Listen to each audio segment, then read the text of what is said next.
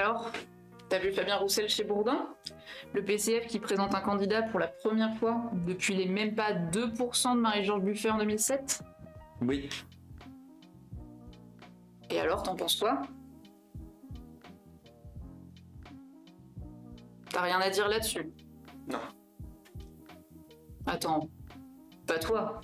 T'as bien un avis sur la question? Non, je ne me prononcerai pas. Je refuse de dire du mal des camarades. Ah, parce que le PCF, c'est encore des camarades. Oui, oui. Ils auraient pu choisir un autre moment, une autre voie que celle de diviser encore la gauche à un an des présidentielles. Je savais bien que t'avais un avis. Non, mais c'est parce que c'est pas possible.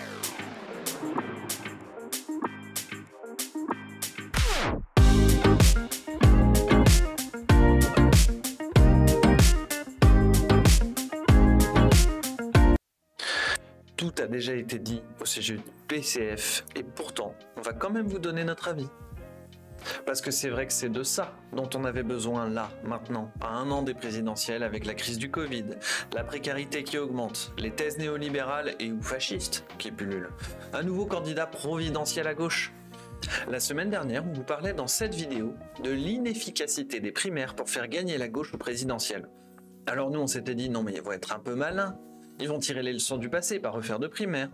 Ils vont s'unir derrière une proposition politique commune pour défendre les droits des travailleurs et combattre les fachos. Alors, effectivement, ça a l'air mal barré pour les primaires de la gauche. Par contre, vous reprendrez bien une tranche de manœuvre d'appareil avec vos candidatures. Non mais attends. Nous, on est pour la France insoumise. Mais si ça se trouve, c'est un candidat intéressant. Faut pas être sectaire non plus. C'est les communistes. C'est pas rien dans l'histoire de la gauche, les communistes. Bah écoutons un peu, tiens. On va voir ce qu'il va nous dire. Il y a la question de la sécurité, donc de la police, avec une politique de répression, de sanctions efficaces, fermes et sur lesquelles on ne doit, bien sûr, Pour vous, il n'y a pas de doute. Il n'y a pas de doute Vous là-dessus. soutenez les forces de l'ordre. Il ne peut pas y avoir, il ne faut pas laisser l'idée que la gauche puisse être laxiste sur cette question-là. Et moi, je vous le dis, je ne le serai pas. Il faut une politique de sanctions, de répression ferme et de montrer que quand on s'attaque à des détenteurs de l'autorité publique, les sanctions sont plus fermes, elles sont dures. Donc, infractions spécifiques pour les violences contre les policiers et gendarmes. Oui, des infractions spécifiques. Les sanctions seront graves et elles seront fermes. Le Premier ministre a précisé que la peine de sûreté pour les personnes condamnées à perpétuité pour un crime commis contre un policier ou un gendarme serait portée à 30 ans et que les possibilités de réduction des peines seraient strictement limitées pour les agresseurs de membres des forces de l'ordre. Vous approuvez? Oui, je suis favorable. Il y aura un rassemblement de policiers à Paris, oui. Devant l'Assemblée nationale. Vous y serez? Oui, je souhaite y être. Je souhaite que l'on y soit tous ensemble, serrés les uns contre les autres et qu'on apporte notre soutien aux forces de sécurité intérieure, mais qu'on lance un appel fort et vibrant à ce que la République retrouve ses droits et pénètre de nouveau dans tous ses territoires. 14 minutes sur 25 minutes d'entretien. 14 minutes à parler des policiers et des problèmes de maintien de l'ordre. Ça pourrait être un candidat LaREM ou LR que ça serait pareil. Alors c'est ça sa stratégie pour se différencier de la France insoumise, aller flatter les délires sécuritaires des fachos? Non mais attends, après il parle de vraies propositions de gauche. Et avec effectivement des propositions nouvelles que je présenterai, mais vous voyez, rien que le fait de dire que je souhaite mettre la jeunesse au cœur du projet pour la France que nous devons reconstruire. Bah oui, on s'attendait pas à celle-là. T'avais pas moins original.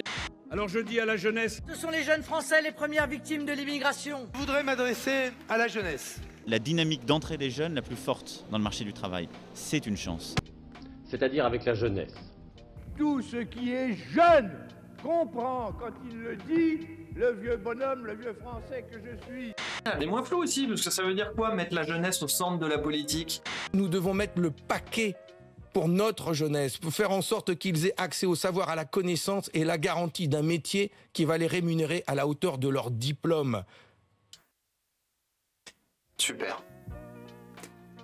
C'est vrai que là, niveau originalité, il aurait peut-être pu trouver mieux. Et puis on pouvait pas faire plus creux. On a des jeunes qui veulent changer de mode de production pour la survie de l'humanité. Des étudiants précaires qui n'arrivent pas à faire leurs études sans crever la dalle, et lui il propose quoi?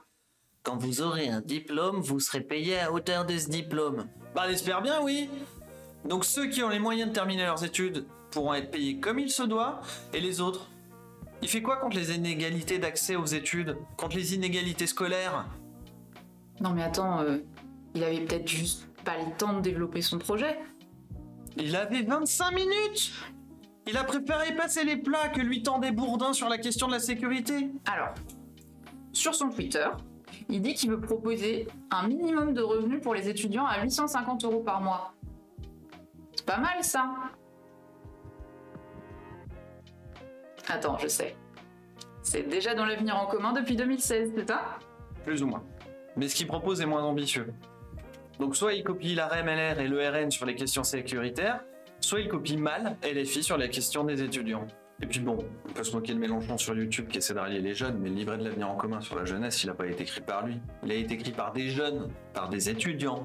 Et mine de rien, en tant que première personnalité politique de France sur YouTube, Mélenchon, il les a vraiment ralliés les jeunes. Ce qu'il dit trouve un écho chez les gens qui le suivent. Et ça fait plus de 5 ans qu'il bosse à faire de l'éducation populaire en direction des jeunes sur sa chaîne YouTube. Ça a eu un impact sur la formation politique de beaucoup de monde. Pendant que le PCF a toujours un vieux site internet de façade, un programme à télécharger qui date de 2017 et qui s'appelle La France en commun. Les gars, ils ont toujours pas mis à jour leur pratique de campagne. Ils espèrent intéresser les jeunes. Ils arrivent à la flambée des cierges avec des propositions tiédasses et ils espèrent que ça va rassembler.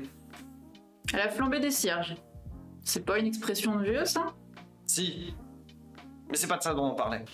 Forcément, c'est de plus en plus swag. Un gouvernement qui a supprimé l'impôt de solidarité sur la fortune, qui a fait beaucoup de cadeaux aux riches. Ah, il attaque le gouvernement sur la suppression de l'ISF quand même. Non, enfin, on voit bien qu'il essaye de renouveler le discours un peu daté du PCF pour être entendable par le plus grand nombre. Oui, on est d'accord qu'il a besoin d'être dépoussiéré ce discours. Mais si c'est pour nous tenir des propos encore plus tiédasses que ceux du PS, franchement, je vois pas bien l'intérêt. Parce que la question de proposition nouvelle, c'était quand même pas folichon. Nous proposons la création d'une police nationale de proximité dotée de 30 000 hommes et femmes. Mais du coup, pourquoi il se lance comme ça tout seul? Ah bah c'est assez simple, hein. Depuis la chute de l'URSS, ils ont perdu de plus en plus d'électeurs et d'adhérents. Ils pensent comme le NPA que leurs idées doivent être entendues malgré le fait qu'ils ne gagneront pas les élections. Ils savent déjà qu'ils gagneront jamais les présidentielles. Par contre, ça leur donne du temps de parole pour les législatives. Pas sûr que ce soit aussi simple que ça. Y a pas qu'une logique de parti là-dedans quand même. Non, t'as raison, c'est pas si simple. Ils croient que le système médiatique va les laisser prendre le devant de la scène alors qu'ils représentent même pas 2%. Apparemment, t'es pas le seul à le dire. Écoutez, moi je vais vous dire, je vais être très clair. Ceux qui commencent par parler des législatives et qui ont décidé de jouer la défaite... Ouais, il y en a. Oui, il y en a. Mais il y en a sans doute. Alors ceux-là, moi je veux plus en entendre parler. Moi, ça ne m'intéresse pas. Au moment où on a le péril de Marine Le Pen, qu'on m'explique que pour sauver le financement d'un parti, il faut qu'on ait un groupe, parce que, sachez-le, quand on a un parlementaire, il est responsable de la destination d'à peu près 70 000 à 80 000 euros de financement public, et qu'on réfléchisse à la survie d'appareils résiduels, sans même une idée, pour quoi faire? Ils vont résister à qui et à quoi si demain Marine Le Pen l'emporte? S'il devait formuler ça comme sa priorité, eh bien je lui dirais qu'il est pas digne du moment dans lequel nous sommes. Je ne sais pas de quoi l'avenir sera fait. Moi, j'ai une conviction. C'est pour ça que je pense que le Parti communiste doit être au rendez-vous de l'histoire. C'est que j'ai une conviction, mais je ne suis pas devin, on verra. Mais c'est que si c'est le choix d'une candidature communiste telle qu'elle est présentée par le moment qui l'emporte, de toute façon, à un moment donné, l'histoire réglera pour nous. Parce que je pense que plus on va approcher de l'échéance présidentielle, plus le danger de l'extrême droite va devenir palpable pour beaucoup de monde, parce qu'il y a énormément de gens qui sont loin de tout ça avec les préoccupations quotidiennes, mais plus ce danger va devenir palpable, plus l'exigence de rassemblement à gauche va monter. Donc pour moi, je pense, la question du moment, c'est de savoir est-ce que le Parti communiste décide d'être acteur de l'histoire ou d'être un spectateur un petit peu indifférent. Je crois qu'il est là le débat d'urgence. Non, mais le PCF, ça représentait beaucoup de choses pour beaucoup de monde. Des avancées sociales comme la Sécu, de la formation politique pour les ouvriers, les ouvrières, du soutien pour les travailleuses de France. Un moment où le travail était aliénant physiquement et mentalement. La conscience et la fierté d'appartenir à la classe des travailleurs. Ça voudrait dire qu'il n'y a plus de travailleurs pauvres ou aliénés en France, vu que personne ne se sent plus représenté par le PCF? Beaucoup de penseurs du PCF se sont penchés sur les raisons de cette fuite des adhérents. Il y en a tout un tas en fait. Le fait que le PCF ait mis du temps à reconnaître l'horreur de la dictature stalinienne. Le fait qu'aujourd'hui, avec la mondialisation, la plupart des ouvriers et des ouvrières sont au Bangladesh ou en Inde, et que donc c'est difficile de les fédérer à l'échelle nationale. Le fait que ces délocalisations soient le foyer d'une rancœur des travailleurs envers les étrangers, et que ça donne du grain à moudre aux fachos. En fait, le PCF n'a pas su adapter son appareil idéologique au changement de la société française. Alors là, ça va te plaire. Lui, il était au PCF, il en est parti, et aujourd'hui, il dit exactement comme nous. Ce que n'a pas vu le Parti communiste, et le voit-il aujourd'hui, ça je ne saurais vous le dire de façon précise, ce qu'il a sous-estimé, c'est que la forme bolchevique a été une forme d'existence du communisme politique. Il y en a eu plusieurs depuis 1848. Au XXe siècle, ce qui a dominé, c'est la forme bolchevique.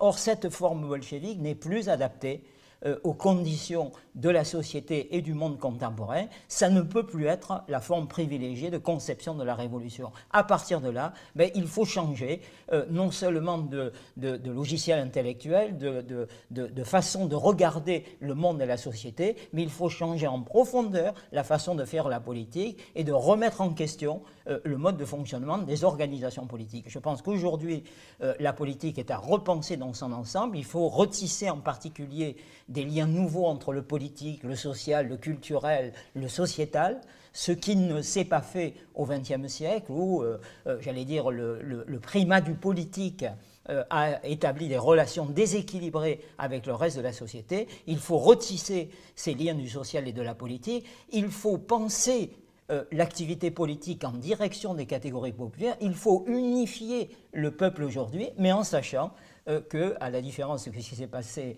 pendant une longue période au XIXe et XXe siècle, il n'y a plus un groupe central capable, par sa propre vertu, d'unifier les catégories dispersées du peuple. Le peuple aujourd'hui doit s'unifier autour d'un projet. Ce projet ne peut être porté que par une dynamique à la fois sociale et politique.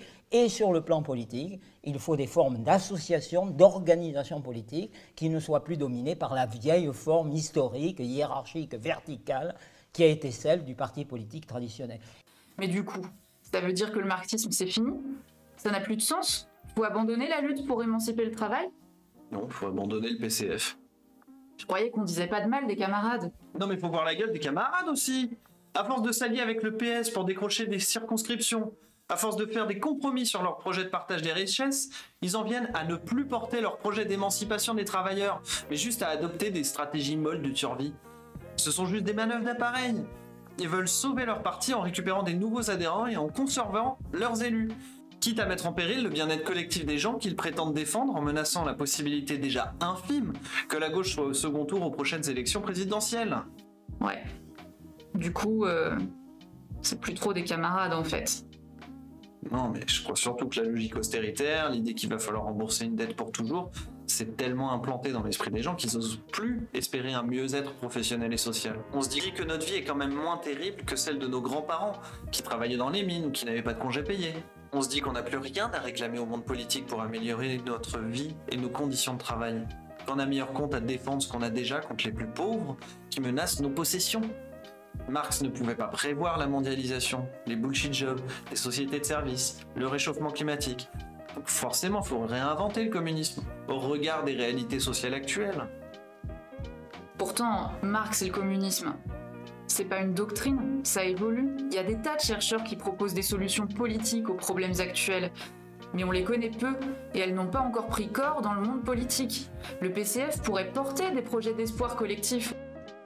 Comment construit-on une sécurité sociale de l'alimentation ?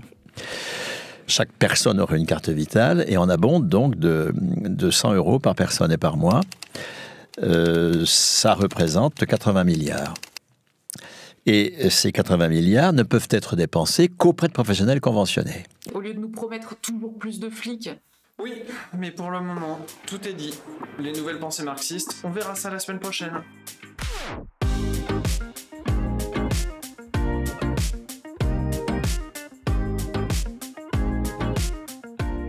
À travers ma candidature, que je veux collective et la construire avec d'autres, je souhaite pouvoir apporter des propositions nouvelles pour la France.